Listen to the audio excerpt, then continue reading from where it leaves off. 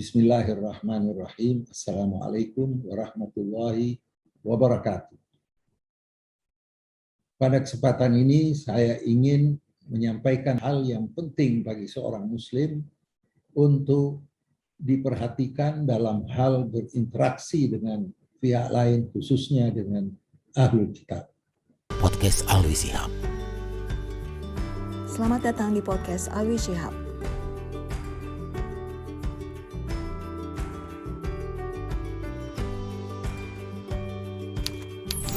Berusaha untuk berinteraksi positif dengan siapa saja, khususnya dengan kelompok Ahlul Kitab. Itu adalah pertama yang kita harus perhatikan dari ayat suci Al-Quran.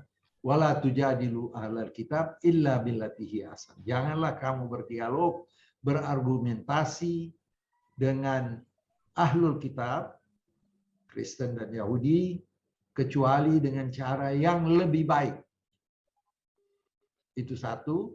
Yang lebih baik itu bagaimana? Kita praktekkan ayat yang juga saya sebutkan tadi, la yanhakumullah 'anil ladzina lam yuqatilukum, dan seterusnya.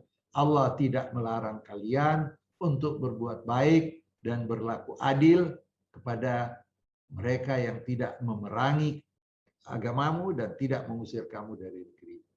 Dan apabila in janahu lis-silmi fajnahlah, dan apabila mereka mengulurkan tangan untuk melakukan hubungan yang baik, damai, maka ulurkan tangan kamu pada mereka.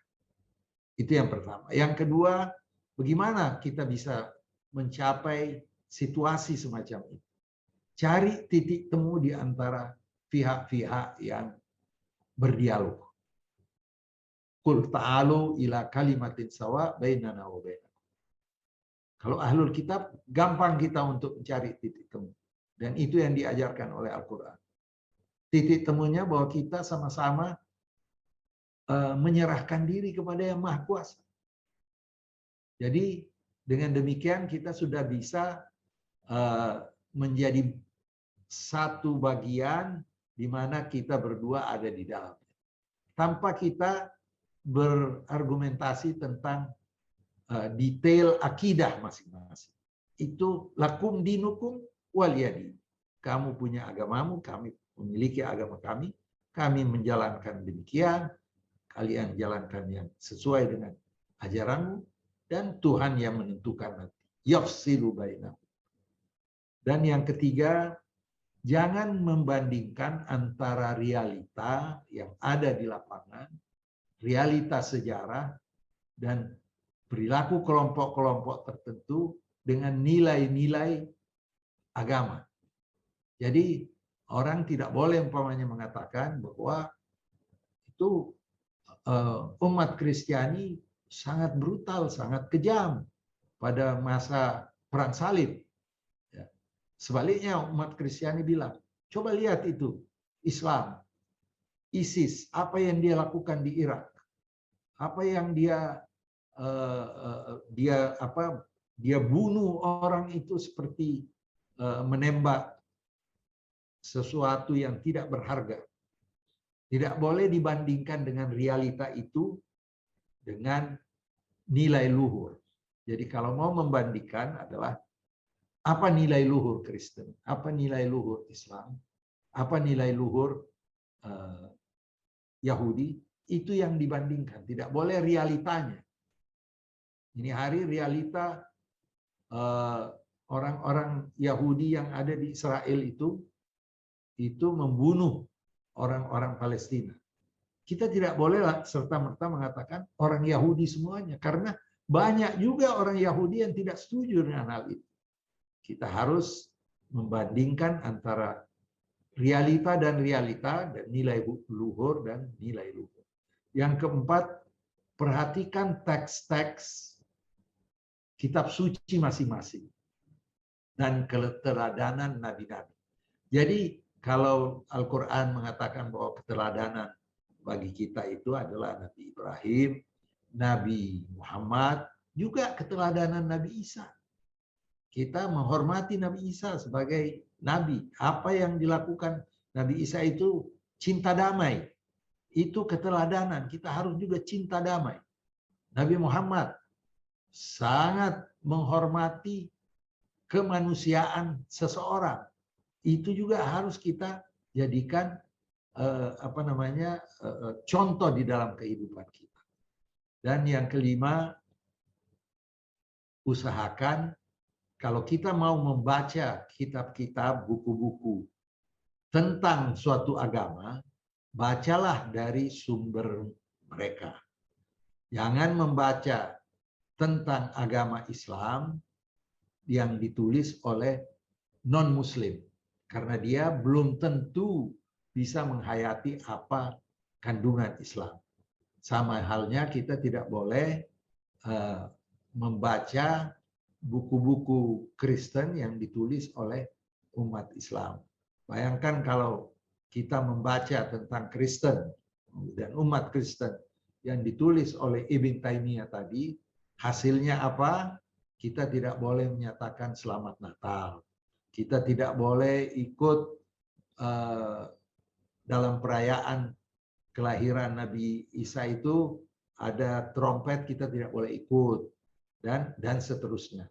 Jadi kita harus melihat, membaca buku-buku yang bagi pemeluk agamanya adalah buku yang otentik. Kita tidak boleh mengeneralisir. Kalau ada orang yang dari kelompok Yahudi yang salah, jangan kita serta-merta mengatakan Yahudi semuanya begitu. Sama juga halnya kalau ada yang salah dari kelompok Islam, jangan juga kelompok Barat atau Yahudi dan Kristiani lalu menganggap bahwa semua itu orang Islam begitu. Satu contoh yang baik bahwa kelompok Yahudi di Amerika ikut berusaha membendung Islamofobia dan berusaha menjelaskan bahwa Islam itu tidak sesuai dengan apa yang banyak orang ketahui di Barat itu. Ada upaya ke arah itu. Kita pun dalam menghadapi kebrutalan Israel tidak boleh serta-merta mengatakan bahwa semua orang Yahudi demikian. Sekian banyak orang Yahudi yang tidak senang dengan kebrutalan Israel terhadap Palestina. Jadi kita terakhir kita boleh yakin dengan seyakin-yakinnya bahwa agama Islam adalah agama yang paling benar, tetapi kita harus menerima bahwa orang lain juga mempunyai pandangan yang sama terhadap agamanya. Jangan kita mengatakan itu sesat, karena Allah sendiri mengatakan bahwa hak prerogatif yang mengatakan sesat atau benar itu hanya di tangan Allah Subhanahu wa Ta'ala. Kita katakan yang paling ini, mari kita rame-rame menuju surga, nanti sampai di hari kemudian Allah yang akan menentukan kamu masuk, kamu tunggu dulu, atau kamu tidak masuk dan sebagainya. Tidak semua orang Islam akan masuk surga, tapi juga tidak semua orang non-Muslim akan masuk neraka.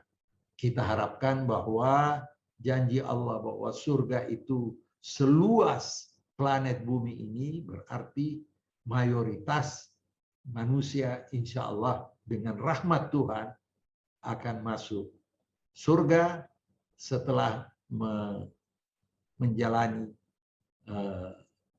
hal-hal yang ditetapkan oleh Allah kemudian hari. Tapi kita yakin bahwa sesuai apa yang disebutkan Al-Quran, arduhas samawati wal ardh. Jadi luasnya surga itu sebesar langit dan bumi. Jadi tidak mungkin kalau sebesar langit dan bumi itu hanya setengah dari penduduk dunia ini yang masuk surga dan yang setengahnya masuk neraka. Pasti akan lebih banyak yang masuk surga daripada yang masuk neraka. Itu tafsir dari sebagian ulama yang